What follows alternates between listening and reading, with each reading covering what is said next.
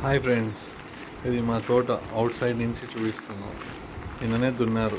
ఎలా ఉంది అంటే కల్టివేటర్ వేశారు. రేపు మొత్తం లోపల నుంచి తీసి చూపిస్తాం అందరికి. మీకు నచ్చింది అనుకుంటున్నా. Thank you.